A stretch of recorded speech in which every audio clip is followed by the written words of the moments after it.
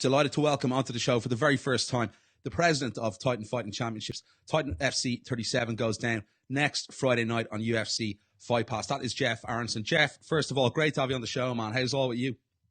Good, brother. How are you? We're not too bad. Yeah, just getting ready for a big week of mixed martial arts. We're just talking about off there air to you. I believe congratulations are in order to you as well. I believe you got married recently. Yes. Thank you so much. Yes, I was healthy enough to walk down. I was healthy enough to walk down the aisle. Unfortunately, I don't know what to say. Congratulations or commiserations, then, but I'll go with the congratulations on that, Jeff. Jeff, yeah. Obviously, coming into this event, we had the problems that decided Titan FC 35. I want to get to you the most important thing. How is the health with you? How's everything going at the moment? No, I appreciate that. The health is great. Back in the gym 5 days a week again, lifting again. Got my strength back. It was really some scary times for a little while.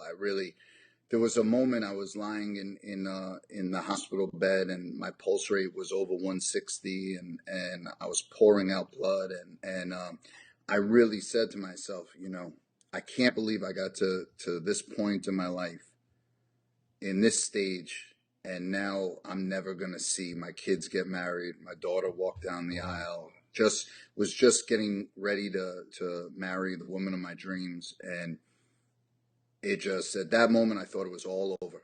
I did. I really, it's weird, I really thought it was all over, and it was all over just a procedure to go in and an internal issue, and all the stitches popped, and just a freak thing. And thank God that everything worked out okay, and I'm at full strength and I'm ready to go, and Titan's never been stronger, and thank God.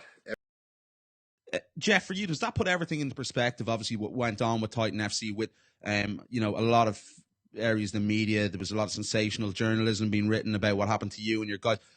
The fact that you're in that position, does that put everything really into perspective to you? Yeah, I mean, the truth is, the outpouring of support that I got from the fans and the fighters was absolutely incredible.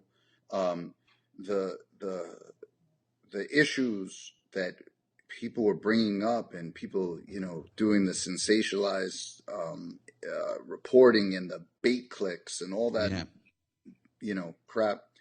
I just it was really good for me to see, because I've been so good to so many people in this industry for so long. I think you'd really be hard pressed to find somebody in this industry that said anything negative about me, that I've ever screwed over a fighter, that I've ever done anything wrong, that I've ever tried to take advantage of anybody. I would be shocked if you found that.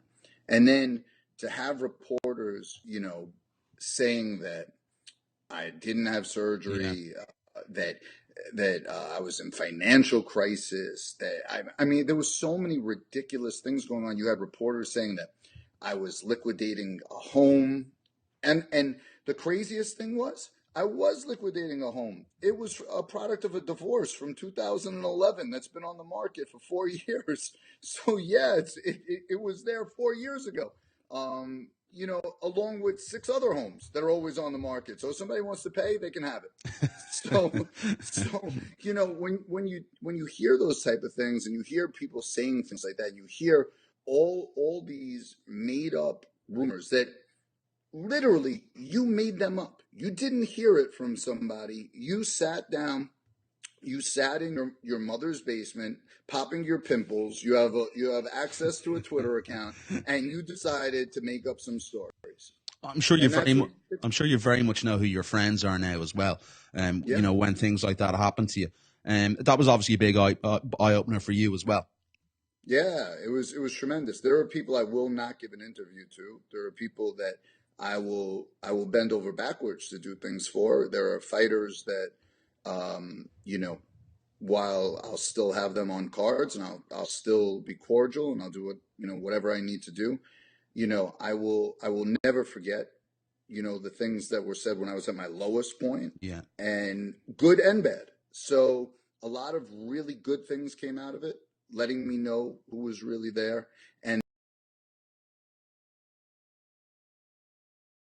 Pass. I mean, we have a sensational Titan card going down in just a week from now. So my focus is on that. The phone is ringing off the hook. The last minute logistics are all taking place. Everything is being coordinated. Ticket sales are sensational, better than the last event. The sponsors, fantastic. Some huge sponsors in the cage. Really, really, really excited about this event, and just excited about putting on a great show, because the last show we put on, people were going crazy. I don't know if you remember. We were, trending on Twitter, number 1, number 2 during the event, and we were just crushing it. So I look forward to getting this event done, behind us, and really going forward. You look, obviously we've big names, as you mentioned, on this upcoming card. We've the likes of obviously Pat Bam Bam Healy. Everyone knows Pat's from Washington, where the card's going to be on. You look at Fight Pass, and since your transition from CBS, since you've been with the Titan FC, what's been the difference in production levels and setting it up from being on CBS to UFC Fight Pass? I mean, the UFC machine is invaluable. I mean, the UFC PR machine is just incredible. The support from UFC is incredible.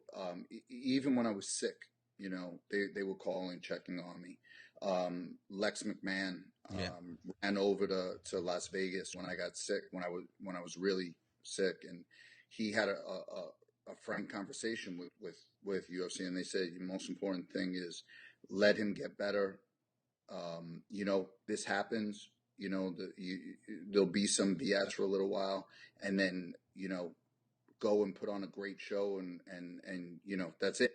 And they said it's happened to us, Yeah, I really think that's the truth. And we have gone that route, and we've stocked this card, and we're ready to go and just knock people's socks off. There was a few guys, obviously. You said that you had a few issues with some of the fighters that didn't obviously have your back. You still have them on your card, whatever. But we've seen, a few guys fall off the card. Was that because of what happened at Titan FC 35? The reason why they've left or gone elsewhere to fight? No, absolutely not. No, absolutely not. Kurt Holloway is actually re-signing to Titan right now. He's a free agent, so he's fighting in that tournament. Which I said to him, no problem, man. Go win it. Love Kurt Holloway. I think he's one of the most talented fighters out there. He's re-signing to Titan right now, or he's already re-signed following the tournament. Desmond Green was a free agent. He opted to fight into this tournament. Honestly, no one realized he was a free agent at the time. Desmond Green is just a beast. I mean, I love Desmond Green.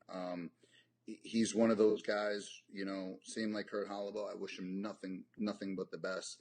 And they had a great opportunity presented to themselves. So when Desmond's done with it, we'll sit down, we'll try and renegotiate with him and bring him back to Titan as well. Excellent stuff. And I want to just touch on back on UFC Fight Pass. You had some footage problems with uploading to the UFC Archives. Has that been resolved, or is that in the process of being resolved? I think it's from CBS or the former owner of Titan FC. Yeah, I mean, I don't want to comment on legal situations, cool. But UFC has all the CBS fights. They have everything from CBS. They've had everything from CBS. So, they're a big machine. It takes a while to upload everything and do everything. But they have every show the Titan's done on CBS, and the other part of the archive that we have to get, we're working on that diligently now. Being on UFC Fight Pass as well, going from CBS to UFC Fight Pass, is it different financially, or is it more of a promotional platform for Titan Fighting Championships? How do you perceive that? I think that UFC is always perceived as the top of the mountain. I think UFC is very selective with who they're putting on Fight Pass. I think that they're putting strategic promotions in strategic areas on Fight Pass. They're bringing incredible live content to fans, so that fans are getting to see the top fighters today who are going to be stars tomorrow in the UFC, and it's a really great idea for UFC to be lining that up. And there's a certain amount of cachet that goes with being on UFC Network and having that UFC push, to your events, and they've been great. They've been great. They've helped us with best practices on certain things, and helped us dial in on certain things, and Eric Talent, who's the producer, the director of Titan, used to be a producer for UFC. So we were really familiar with their levels of production and what they wanted, and going into it, we were already doing that. So it's been a great relationship. We look at promotions like, I'm not sure, Cage Warriors Fighting Championships we have here, they've taken a bit of a hiatus. They're going to be coming back on, and the rumor is that they're going to be coming back on UFC Fight Pass. They've always promoted themselves as a promotion that makes and establishes UFC fighters, whether they're in the past or the present. Is that Titan's aim to become almost a promotion that's promoting itself openly as being an organization where fighters are going to start out and then graduate into the UFC? Well, I think from day one, even before I was did a deal with Fight Pass, I had put in every fighter's contract. I don't know if you're aware that I was giving them a UFC out, a Zuffa out clause. Okay. Every fighter. Excellent. So that was when I was on CBS. That was all the time. And we've had, during my reign at Titan, 30, 40 fighters have gone to UFC already, which is incredible. So I look at it this way. If the future tells you anything, if the past tells you anything, it's the future. No promotion has ever been successful at trying to go head to head with UFC, ever. Of course. So why not work with the best promotion in the world? Keep your own anonymity, but work well with them and have such a great relationship with them where they're seeing your fighters on a regular basis. They're tuning in to every episode. Every one of these kids that steps in the cage is getting those eyeballs. Like they say, that opportunity, seize the moment, make them talk about you tomorrow. Sean Shelby, Joe Silva, Dana White, people are watching it. Do your best, become champion, make them want you. And guys have done that, and they're in the big show right now, and I commend them. What is the sky for Titan Fighting Championships? What's your personal goal for the organization? To continue to increase the opportunity for Titan fighters, to increase the eyeballs, to increase the amount of shows, and to constantly do better than the show before. I really think it's important not to look at anyone else as a competitor. I mean, to me, my only competitor is myself. So I want every Titan show to be better than the last Titan show. I want the fighters to put on the best fights. I want them to have the best opportunity. And if I could help facilitate some of my fighters getting to fulfill their dream, because let's face it, you go into every gym in the world and you ask the guys in an MMA gym, what is your goal in life? UFC champion, right? Definitely. Come on. We could all kid ourselves. We could all say, oh, it's this promotion, that promotion. It's not. It's UFC. That's the top of the mountain. So if I can be a facilitator and I can be somebody that can help these guys get to that point, I've done my job well. Excellent. No, you're 100% right. There's no point in hiding over that fact. It's the UFC or peanuts for a lot of fighters. That's the way. Listen. Look at the past. Look at Strikeforce. They had an amazing promotion. They were based on the West Coast. They did all their shows basically out of one arena. They were in a hotbed of MMA with AKA out there, and they cultivated the homegrown talent. Now these guys are in the UFC, and they're wreaking havoc across all the divisions. So, I think that's very similar to what we're thinking, what I'm thinking at Titan. Obviously, it's a ever evolving promotion and situation, but that's very much what I'm looking at. And we look at, I know you've looked into doing shows elsewhere outside the United States, maybe Canada. I think Canada's pretty close to you. Is that the plan to, be, maybe even go overseas somewhere like that, or, spread Titan FC's brand into other areas of the world, or just stay domestic? Actually, on the UFC show on Titan 37 next Friday, I'm actually going to make an announcement during the show, talking about the future of Titan and what we're going to be doing, which I think is going to be really interesting. Excellent stuff. You cannot give us any little exclusives, or do we all tune in next Friday? Nope. Tune in next Friday.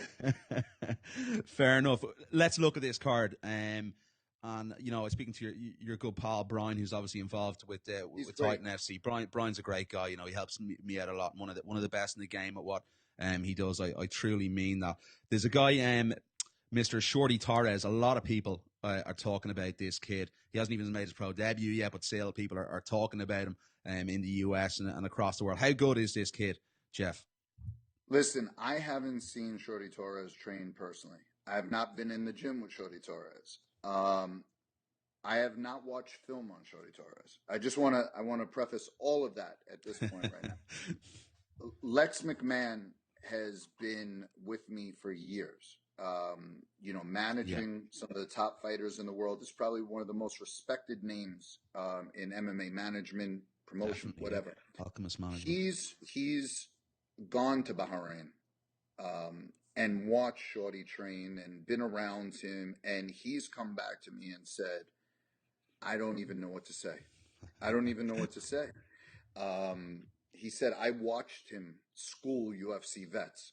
Right. And I said, so what do you think? He goes, I think, because we would never sign an 0-0 guy. It's just not, really what we do. And I said, what do you think? And he said, we need to sign him. So then, okay, we sign him, and his opponent falls out. And then Lex said, we need to find someone who is his kryptonite. We need to find somebody that's a striking monster, long, lean, And we found Travis Taylor. Travis Taylor is one of the top AMIs in the U.S. as well. He just won one of the top AMI tournaments in the world, Rise of Warrior, and he won that. His striking is vicious. He's a cardio machine, and I think that we're putting these two guys up against each other, and it's going to be really interesting to see what happens, because both of them may have the toughest fight in front of them that they have for the next X amount of fights. I mean, this fight could end really fast, or it could be a 3-round bloodbath. I don't know. I don't know. The thinking behind this card, we talked about Pat Bam Bam Healy earlier on. We know he's from Portland. Pat's a guy who brings a lot of ticks. Ricky Simon as well. He's a guy from that area. Is that the thinking behind bringing the show there in Washington, that you're going to get a big crowd down from these two guys as well? Well, we had a tremendous response. The last show we did out there, where Pat Healy fought Rick Horn. It was an unbelievable show up, unbelievable fans, great arena. We found new stars like Ricky Simone. We Ben Egley. I mean, there are kids out there that we found that were just fantastic. So we were very comfortable doing a show back to back over there, and getting these guys back in the cage. And there's another kid on the card that we shouldn't overlook at all, and that's Grant Dawson. 8-0, 8 submissions. I mean, this kid is 8 finishes. I mean, the kid is a beast. And he's fighting Robert Washington, who's a real vet of the sport, and Bellator, you name it.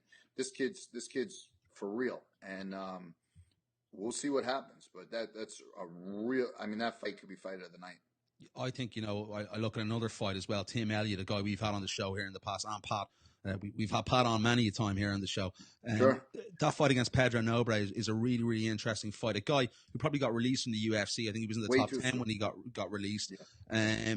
That's a really, really high quality flyweight bout, in my opinion. It's probably one of the most exciting fights on the cards on Friday night. To me, that's all day long, every day, a UFC fight. Yeah. No question about it. No questions. Tim Elliott is amazing. amazing. If you ever get a chance to watch Tim Elliott fight in person, he is Yeah. amazing. His transitions, his scrambles, his movement. Tim Elliott, I mean, he was released way too early. He's amazing. Like I said, you get a chance to see this guy fight, you've got to see him fight. And he's fighting a wrecking machine, 125-pound knockout artist in Pedro Nobre, 17-1. Had a very controversial fight in UFC and was cut. Yeah. He's I think a 2-time or a 3-time Titan vet already that he's won. He's coming back to challenge for the title. Elliott's looked just sensational since we brought him over to Titan. So I'm really looking for an incredible matchup in that fight. What one sticks out for you on Friday night? What's going to be the best fight in the card that people should look out for? Is it the fight we've just mentioned, or is it Ricky Simon, or is it Pat Healy? We've killers like that, or is it, as we said, Mr. Shorty Torres? Or you're forgetting Andre Harrison. Andre Harrison as well, true, yeah. Andre Harrison has been a wrecking machine, right? I mean, he's everyone I've put him in there with, he's beat. Kurt Holloway, Desmond Green, you name it, he's been in there, and Cody Bollinger. Yeah. And he beat someone else as well. I mean, he's been crushing it in Titan. And now you have him fighting Steven Seiler. Steven Seiler's on a 5-fight win streak. Great jits off his back. Really tough guy. I don't know. When you get in your gut that something's going to happen in a fight, I think something explosive is going to happen in that fight. I don't know what it is. I know Harrison is working super hard on his hands with Keith Trimble at Belmore Kickboxing Academy, which is one of the top gyms in the country. Seiler, his confidence is higher than it's ever been. 5 straight finishes. I don't know. I just have a feeling that fight is going to just be incredible. Excellent stuff. I think it's a great way as well to kick off the weekend of the fights. Because obviously UFC 196 around Conor McGregor going up against Nate Diaz and the start. So a great night after the weigh-ins to watch Titan FC on the UFC Fight Pass. I want to just ask you one final one. I really do appreciate the time, Jeff. The announcement on Friday night, is it going to silence a lot of people, a lot of the critics saying you guys were having financial issues and the problems in the past? I think I've already done that. Yeah. I think that the fact that I turned around right after I got healthy and said, okay, we're doing the fight, should let people know that obviously that wasn't the issue. We're going to continue to do shows. Our 2016 calendar is already booked with dates. So I think tune in, and I think people will be really interested in the announcement, because it's kind of cool because it remember that Strike Force idea. Yes. Okay. Cool. I think that might is a little inkling in there from Jeff Aronson. Jeff, I really do appreciate the time. Just one last one for you. Anyone you'd like to give a shout out to? Anyone you'd like to thank? UFC, Dana White, Lorenzo Fertitta, everybody over at Fight Pass who's made this possible. Titan FC, all the fans, the fighters, without them couldn't do this. Just everybody that's really stuck by us and always counted us as really the fan and fighter appreciation league, and understand that we're ready to go. And the next show is already scheduled after this one. So that'll be announced as well. So there's a lot of great things going on, and anybody that wants to follow me, just J Aronson Titan FC on Twitter, and follow Titan FC on Twitter, and tune in next Friday night for just an amazing night of fights. Exactly. There we have it. Jeff, I really do appreciate the time. And guys, yes, do tune in next Friday night on UFC Fight Pass. Jeff, it's been a real pleasure to have you on the show. I do appreciate the time, my friend. Thank you, brother. Jeff, nice one, brother. I really appreciate that. Thank you.